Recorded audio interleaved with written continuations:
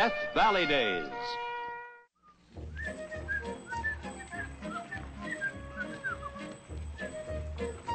Good morning, Mrs. Blodgett. Morning, Mrs. Rumpelmeyer. Good morning.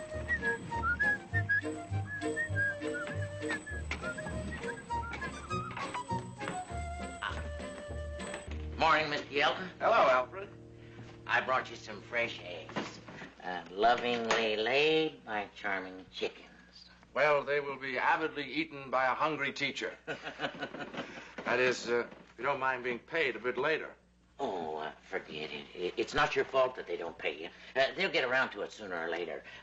Now, don't you worry. Any more pupils yet? Just 2. It's pretty discouraging.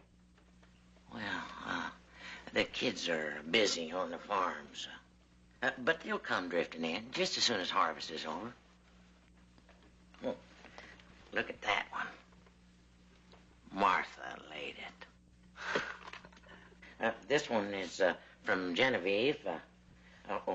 Mary Lou. Samantha. No. Samantha took the day off. But she deserved it. This must be from Betty. This little one is from Trixie. Alfred, how many chickens do you have?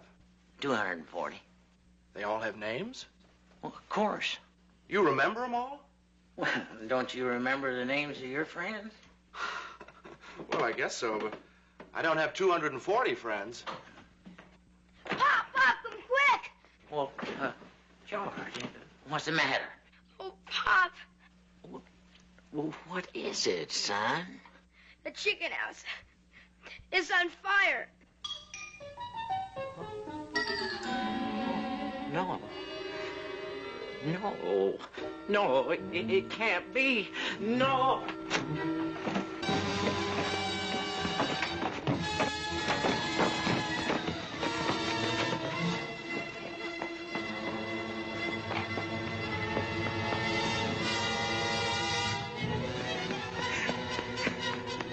Oh, no.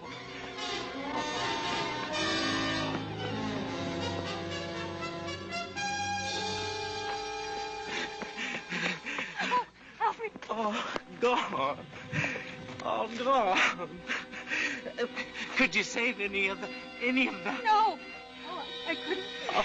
It was all a mass of flames when I first... Oh.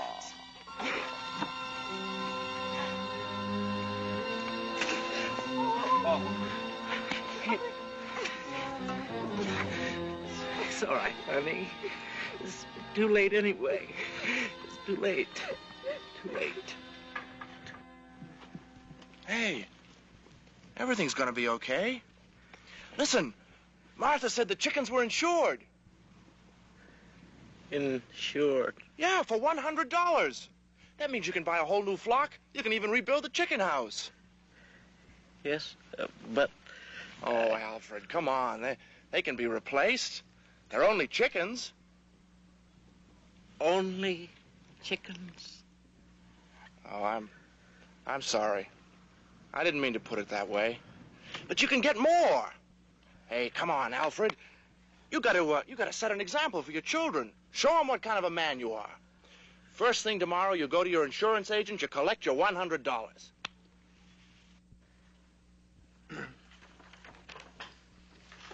Well, Mr. Hall, I have filled out the report of your loss, which was complete. Your policy is in order. So, I guess we're ready to make a settlement. Yeah, do I get the $100 now? We will settle according to the terms of the policy. Yeah, $100. I will read the policy. The Farmer's Friend Insurance Company. Policy number 41144. issued in the Gold Hill Agency in favor of Alfred Hall, insures the chickens as follows. $100 on hens and roosters, plucked or unplucked, in coop, field house, or crate, while situated on or about his ranch of 40 acres, more or less, lying in a southerly direction 3 miles from Gold Hill, Jackson County, Oregon. See, it says $100. I continue. In the event of loss, the company shall be liable on mixed breeds in the proportion not exceeding $1 for 3 hens or roosters, as the case may be, and for Plymouth Rocks not exceeding $1 for 2 fowls of that breed. Yeah, $100. Now, Mr. Hall, how many chickens did you have? 240. 240. Now, how many were mixed breeds and how many Plymouth Rocks? 120 of each. Now, Mr. Hall, exactly 120 of each? Yes, sir. Martha was mixed. Eloise, Jean, and Nancy were Plymouth Rocks. Mary Lou was just slightly mixed. But I include her as mixed. Jane and Rebecca were Plymouth Rocks. All right. 120 of each. Now, according to our contract, we pay you $1 for each 3 chickens. On Plymouth Rocks, we pay you $1 for each 2 chickens. That adds up to $2 for each 5 chickens, right? Yeah, that's right. So, 40 cents per... that's right. So, 240 chickens at 40 cents each. We simply multiply. Bring down the ought. 4 times ought is ought. 4 times 4 is 16. And carry the 1. 4 times 2 is 8. And 1 is 9. So, you get $96. Right? $96? Well, I thought it was $100. Up to $100, Mr. Hall. It comes out to $96. Figures don't lie. Do you want me to go through it again? No, I guess not. $96. Well, that ought to be enough to build a All right. Good. I'll just complete the papers, then you sign them, and I'll give you the money. $96. Oh, I wonder what Martha will say. You were cheated. $96. Now, Martha. Don't you now, Martha me. Jenny, give me your slate. Oh, they owe you $100. But, Martha, it didn't work out that way. Mr. Foote showed me the figures, and figures don't lie. Oh, Alfred Hall, you are a fool. Oh, Martha, let me show it how it is. Just move back out of my way, and I'll show you how it is. Back, move back. Martha, I'm not a child. I'm your husband. Don't remind me. Back. All right. Now, the insurance policy said $100, and that is what you should get. All right, now you look at this. Up and look at it. Mixed chickens, 120 of them, 3 for $1. You divide 120 by 3 equals $40. Plymouth Rock chickens, 120 of those, 2 for $1, divide 120 by 2 equals $60. $40 and $60 equals $100. Oh, Alfred Hall, you're a fool. Now you go right back downtown and you get that other $4. But, Martha, I can't. I signed. You signed the paper? Oh, Pop. Gee, Pop. Oh. Go away. Go away. We're busy. We can't talk to nobody right now. Alfred, who are you yelling at? They mustn't see that slate. The story will be all over town in 20 minutes. Those are my friends. But, Martha. The very idea. Good afternoon, ladies. Oh, Martha.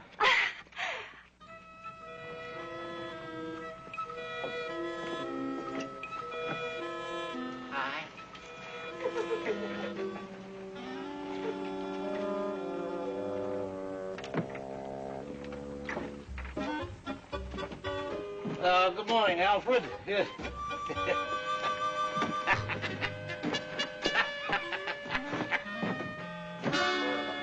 Well, Alfred, don't see you in here very often. Well, I may never leave here again. Ollie, have you got any smart remarks to make to me? Alfred, you know I can never think of anything smart to say. Well, good. Just give me a glass of... Who put that up there? Oh, Sam and the gang had the sign painter do it. You know, Alfred, I'll be danged if I can see anything wrong with either set of them figures. You know something else? I bet I'd have been just as stupid as you was if I'd have met up with that insurance agent myself. Alfred, I thought you wanted a drink.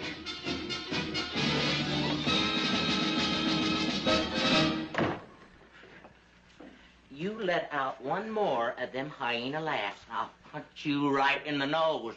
All right, Alfred. I won't laugh. I guess it is a little hard on a man. Yeah.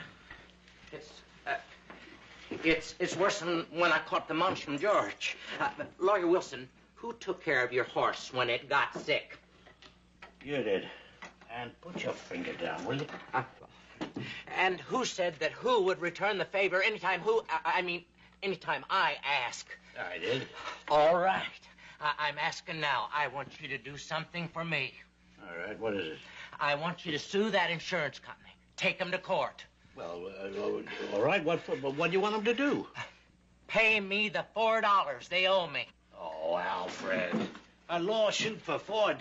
Well, it's the principle of the thing. We're going to show that they're a bunch of crooks. Now, wait a minute. Hold on. In the first place, I don't know that they are crooks. And personally, I don't find anything wrong with their figures. Mind you, your wife's look right, too. Well, we sue them anyway. We'll take them to court. We'll do no such thing. You'll make a fool out of both of us.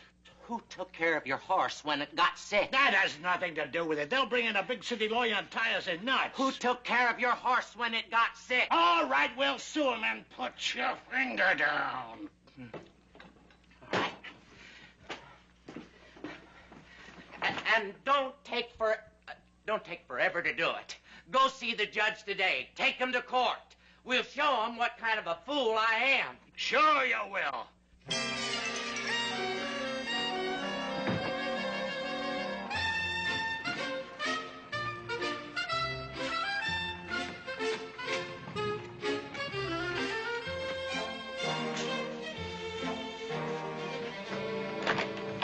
Mr. Yelton, have you got time to help me? Oh, I've got all the time in the world, Alfred. I have so few pupils. I get lonesome. Well, you know what happened about me and the insurance? You don't have to worry none about my feelings. Nobody else does. Yes, I heard about it. Well, who's right about those figures? Them or my wife? Your wife. Yeah. I figured that she was. Well, that's good, because I'm going to sue him. Lawyer Wilson and I are going to take him to court. And don't tell me that I'm a fool suing for just $4. No, I know. It's the principle that counts. Yeah. I figured that you'd understand. Well, what I want you to do is to go on the stand for me. And I want you to prove to them that the $96 is wrong. Hey, you'll do it. Well, you will do it for me, won't you? No, Alfred, I won't. You won't? No. I'm a teacher, Alfred. I teach other people to do things. Think for themselves. Act for themselves. You're concerned with your reputation, aren't you? Well, yeah. I guess so. Well, then, you're going to get on that stand yourself. You show them why the $96 is wrong. What do I do? What will I say? That's where I can help you. In fact, I'll write it all out for you. Oh, you can read, can't you? Well, sure. A little bit. Sometimes, maybe. Well, it doesn't matter. You shouldn't read it anyway. You'll memorize it. Alfred, if you can remember the names of 240 chickens, you can remember the 240 words I give you, in order. Oh, Alfred, you are going to make a speech they'll never forget. A speech that'll curl their hair. I am. What am I going to say?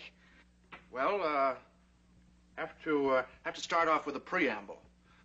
And it should be something kind of elegant. See, you could say, ladies and gentlemen, it is obvious. No, it is distinctly obvious to the meanest comprehension that intervention, in this case, on behalf of the assured, is imperatively demanded in the interest of that justice which is ineradicable. Hey, and so on. I'm going to say that. Oh, that's only the beginning, Alfred. I'll write it all out for you, and we'll go over it till you know it by heart. Hey, you better sit down, Alfred. This may take some time.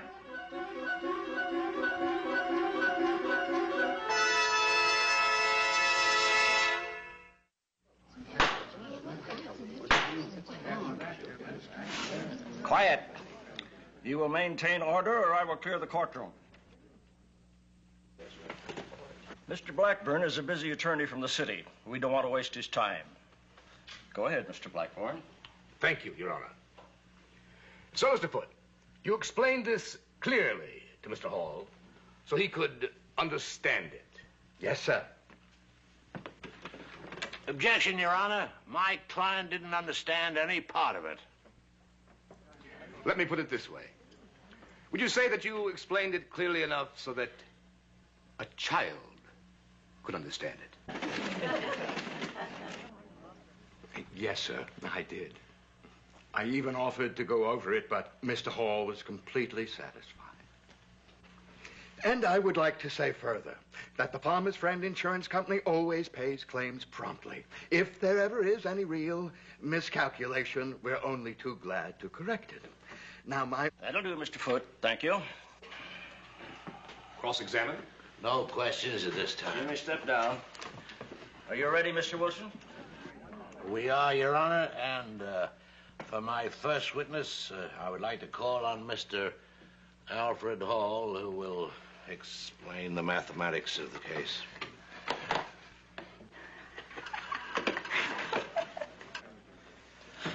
You'll remain standing, please, Mr. Hall, while you take the oath. Put your right hand on the Bible. Do you solemnly swear to tell the truth, the whole truth, and nothing but the truth, so help you God? Thank you, sir. I do. I do, too. Your name, please. Come here. Alfred, the clerk asked you a question. Oh, well, I'm sorry.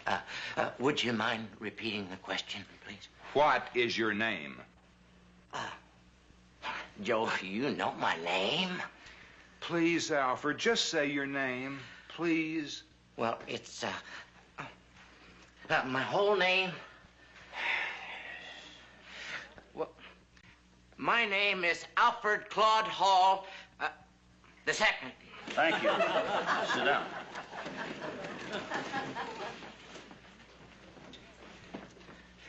Now, Math, you don't need to ask any questions. I'll just say what I come to say. Oh, very well.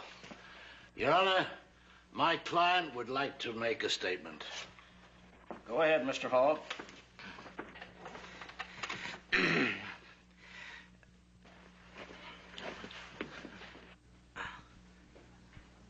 Ladies and gentlemen, it is distinctly obvious to the meanest comprehension that intervention in this case in behalf of the assured is imperatively demanded in the interest of that justice which is ineradicable and an inherent right of the contracting parties regardless of their preconceptions or prejudgments.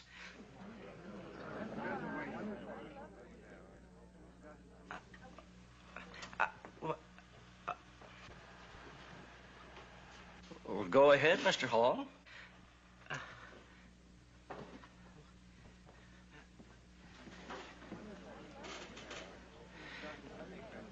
An inherent right of the contracting parties regardless of their preconceptions or prejudgments. You already said that. Yeah. As a mathematical proposition, even if it were based on purely supposititious claims, the solution presents no insuperable contradictions. Primarily, the exact words of the policy must be faithfully and studiously considered in all their verbal felicities or infelicities, nor must they be diverted into channels not contemplated originally. The chickens in question, without considering their present augmented value, were insured in an average valuation not of 40 cents, but of 41 2/3 cents apiece. To prove this beyond the faintest penumbra of a doubt, consider these figures. Mixed chickens at 3 for $1 equal 33 1/3 cents each. Plymouth Rocks at 2 for $1 equal 50 cents each. Add the two, and you get 83 1/3 cents. Half of that, the quotient of the chickens, is 41 2/3 cents. Now multiply 240 by 41 2/3 cents. 1 times 240 is 240. 4 times 240 is 960. 2/3 of 240 is 160. The resultant sum is $100, which is the correct and undoubted answer. The $96 settlement is plausible, but it is tainted with illegitimate calculation based on premises radically and diametrically antagonistic to homogeneous and systematic reasoning.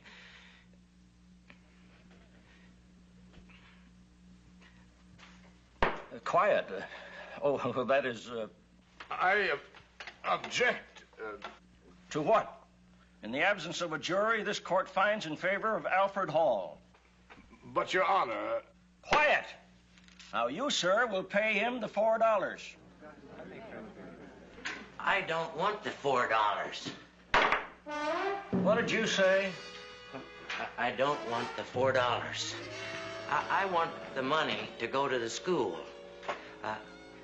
I never knew hardly nothing until Mr. Yelton there learned me, so let this be a lesson to all of you. My kids, Georgie and Jenny, are going to get their learning, and your kids should get their learning, too. Send them to school every day. Let's not have no more ignorance in Gold Hill.